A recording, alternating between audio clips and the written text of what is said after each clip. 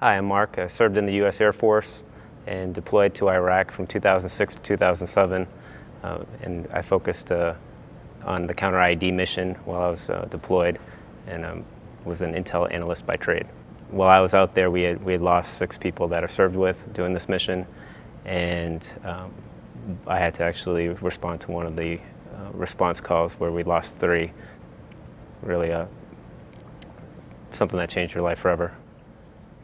So while deployed, definitely became a lot more secluded, and I really didn't want to interact with anybody. I just kind of wanted to keep my head down and get through the deployment.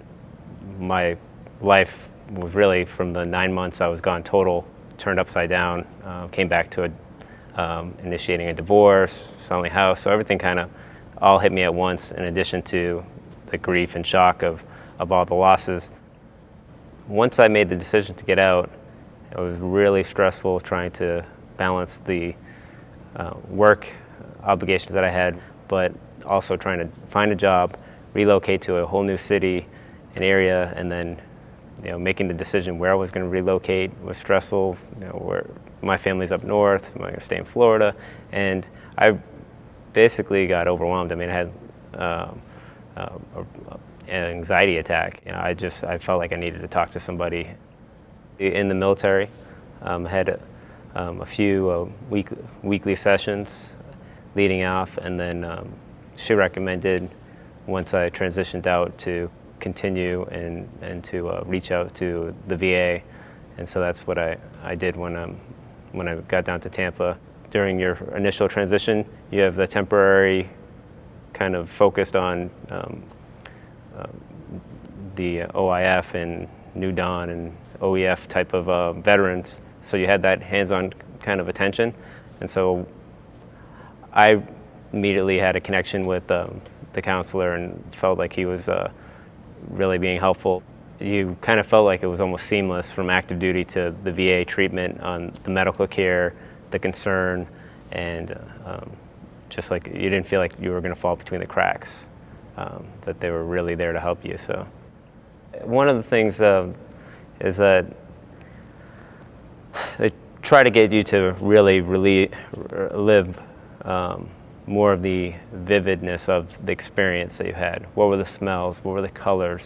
And because your brain may just put it up a natural defense. I think those type of exercises and really taking it to peeling it back to the next level of help. To me, it helps with closure.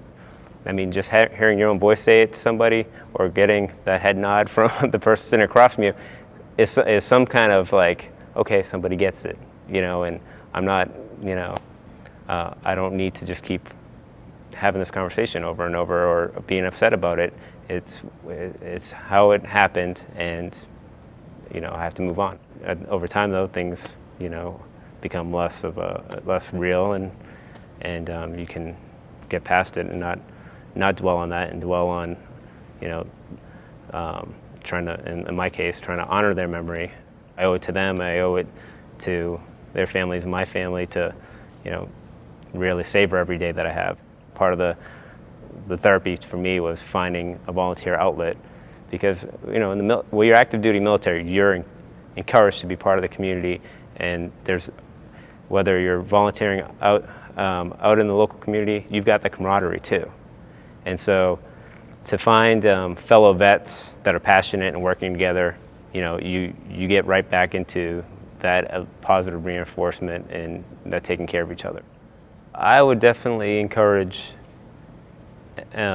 anyone that's having any type of unresolved issues to go down to the VA. If you go down and you meet with a counselor that just isn't the right fit for you, there are a lot of different people there that can help to help you. But the first step is getting your foot in the door, making an effort, because your whole well-being, your whole quality of life, your whole outlook and perspective has potential of changing, and you could really just turn it all around.